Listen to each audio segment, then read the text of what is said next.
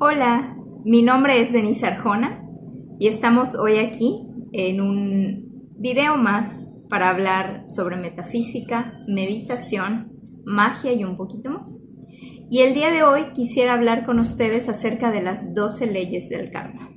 Pero por la sesión de hoy o el día de hoy, solo vamos a trabajar con las primeras 6 para que este video no sea largo, no sea cansado, no sea tedioso.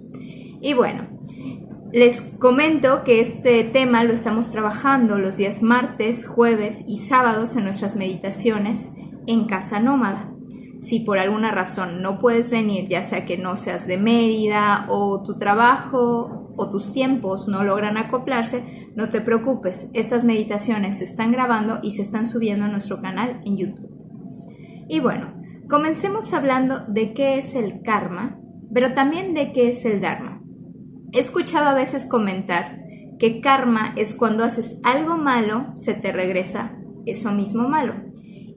Y dharma es cuando haces algo bueno, se te regresa ese bueno. Pero en realidad no es así. Karma es lo que haces, se regresa. Simplemente, lo que siembras, cosechas. Como la ley del Kybalión. A toda acción corresponde una reacción. Y el dharma es la protección. ¿Cómo generamos dharma?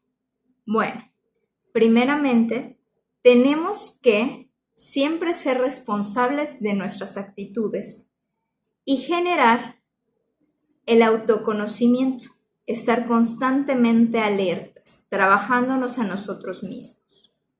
Otra forma de hacer dharma es con buenas acciones que sean realmente sinceras.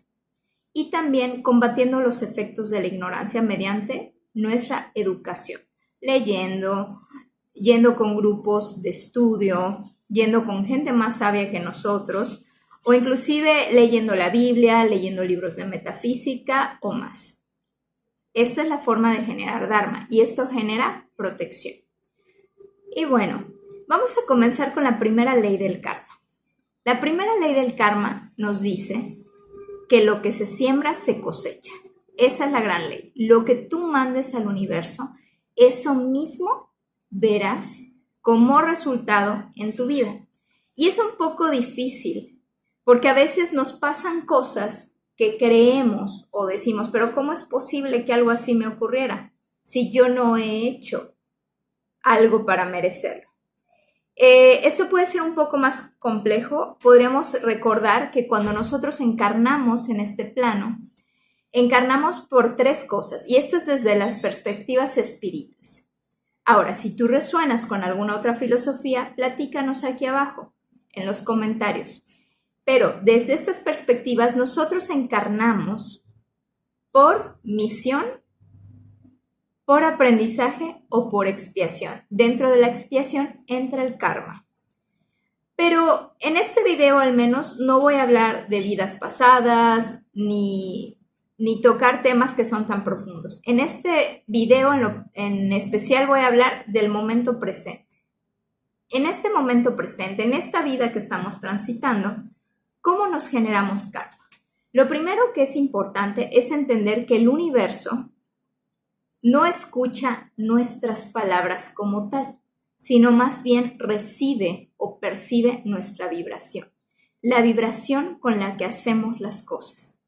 Así que no es lo mismo que yo te trate bien, pero en realidad, ¡ay!, no me agradas y esta vibración está emanando,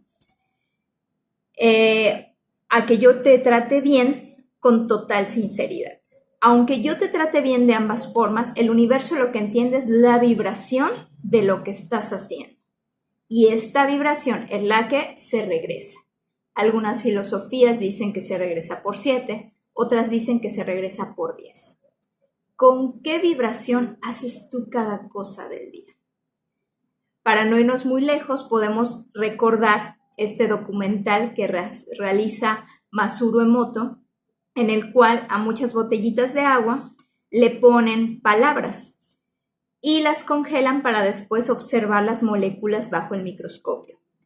En este libro, que es un bestseller, o en este documental que se encuentra en YouTube también, hay vibración en especial que me llamó mucho la atención, que es la diferencia entre cuando decimos hagámoslo y cuando decimos hazlo. Cuando la molécula del agua es sometida a la vibración del hagámoslo, la molécula se torna hermosa. Pero cuando la someten al hazlo como una orden, se distorsiona. ¿Cómo hacemos las cosas? Entonces nosotros podemos pensar que al realizar una acción la estamos haciendo aparentemente bien, pero si hay una carga de negatividad, esa negatividad se va a regresar. Y esto es muy difícil de trabajar o de comprender en un principio, pero todo lo que hacemos cuenta y es importante. Las malas acciones son evidentes, pero las pequeñas que no lo son tienen una influencia muy importante en lo que nos pasa en el día a día. Hay que tener cuidado con lo que sembramos, porque lo vamos a cosechar. Para esto pasamos a la segunda ley. La segunda ley es la ley de la humildad, el reconocer que nos podemos equivocar, el reconocer que podemos hacer las cosas mal, el reconocer que a veces somos negativos o que somos egoicos o narcisistas. El primer paso, como en todo, es reconocerlo. Y una vez que lo reconocemos, es más fácil de cambiar y mejorar. Ahora, muchas veces reconocerlo va a ser sumamente difícil. Y la mente egoica no nos lo va a permitir porque se está protegiendo. Todo esto se va a la sombra. Y en la sombra se va a quedar y se va a proyectar en situaciones que se nos repiten constantemente o en personas que llegan a nuestras vidas a darnos lecciones, pero una tras otra, y no entiendes por qué siempre tienes el mismo tipo de relación, o por qué siempre tienes el mismo tipo de cliente, o por qué siempre se te presenta el mismo tipo de problema. Entonces ahí es cuando hay que silenciar un poco la voz del ego, entrar e integrar a la sombra. Difícil, pero no imposible. El trabajo es ese. Para esto se necesita de la tercera ley, la ley de la responsabilidad, y hacernos responsables de que el 100% de las cosas que nos ocurren es nuestra culpa. Ahora, yo sé que aquí muchas veces, por ejemplo, cuando somos víctimas de abuso narcisista decimos, oye, pero ¿cómo es posible si yo soy una buena persona? Y sí lo eres, porque este tipo de perfiles buscan gente muy, muy buena, muy noble, muy empática. Pero la responsabilidad radica en cómo lo dejaste entrar. ¿Desde qué herida permites que abusen de ti? Aquí entra esta frase que me gusta mucho de nadie te puede hacer daño si tú no lo permites. Somos 100% responsables de nuestra realidad y como les digo, es más profundo que decirlo. Tendemos que adentrarnos a nuestras sombras, reconocer nuestras vulnerabilidades, reconocer nuestros defectos y trabajarlos, integrando a la sombra. Para eso les recomiendo mucho hacer meditaciones al respecto, con este trabajo de integración de la sombra. Una vez que reconocemos esto, la hermosa sensación de saber que tú eres el autor de tu vida, que tú tienes el libre albedrío, que tú tienes la capacidad de mejorar, es maravilloso. Dejamos de echar la culpa a lo de afuera, dejamos de ser un barquito que navega a la deriva y empezamos y nos convertimos en verdaderos capitanes de ese navío. La cuarta ley es la ley del enfoque.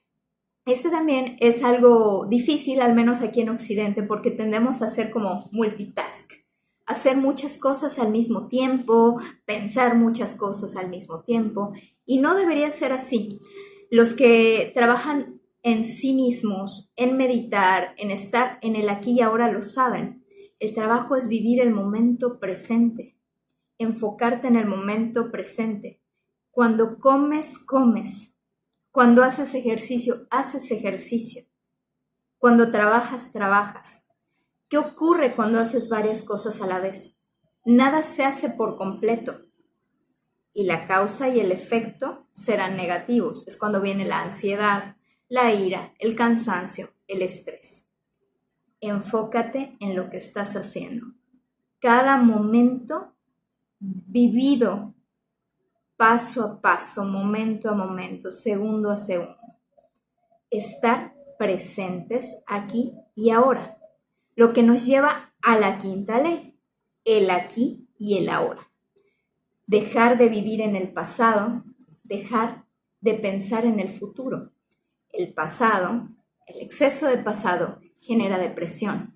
Si vivimos recordando lo felices que fuimos, todo lo que tuvimos, o al contrario, todo lo que sufrimos, todo lo que nos hicieron, nos privamos de ver todo lo logrado en este momento presente.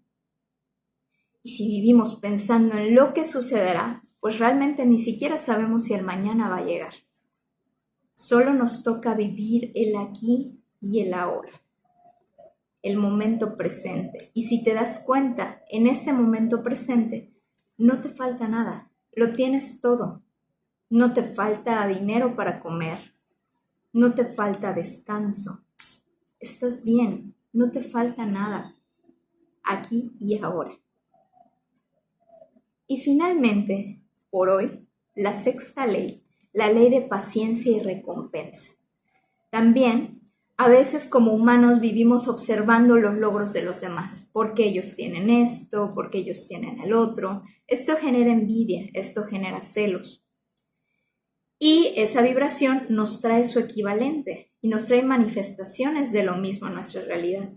Lo que necesitamos entonces es entender que no sabemos en realidad el esfuerzo o el trabajo que los otros han realizado, que no sabemos las horas de práctica, de estudio, de esfuerzo que llevan a cuestas para esos éxitos. La competencia no es con el de al lado, de hecho no hay ninguna competencia. La única mejora es con uno mismo. Y si nos observamos, nos vamos a dar cuenta que los que éramos ayer y los que somos hoy son totalmente diferentes y han cambiado para bien. Hay que mirarnos a nosotros mismos, minuto a minuto, segundo a segundo, trabajarnos. Y con esto les dejo una frase que me encantó y que quiero compartirles. El tamaño del caos es el tamaño de la serenidad que necesitas. El tamaño de tu caos es el tamaño de esa necesidad de estar en paz, en calma y encontrarte contigo mismo. Muchísimas gracias. Nos vemos la próxima semana con la segunda parte de este video de las 12 leyes del karma. Espero que te suene, te resuene, y si no es así, todo pensamiento es válido. Nos vemos pronto.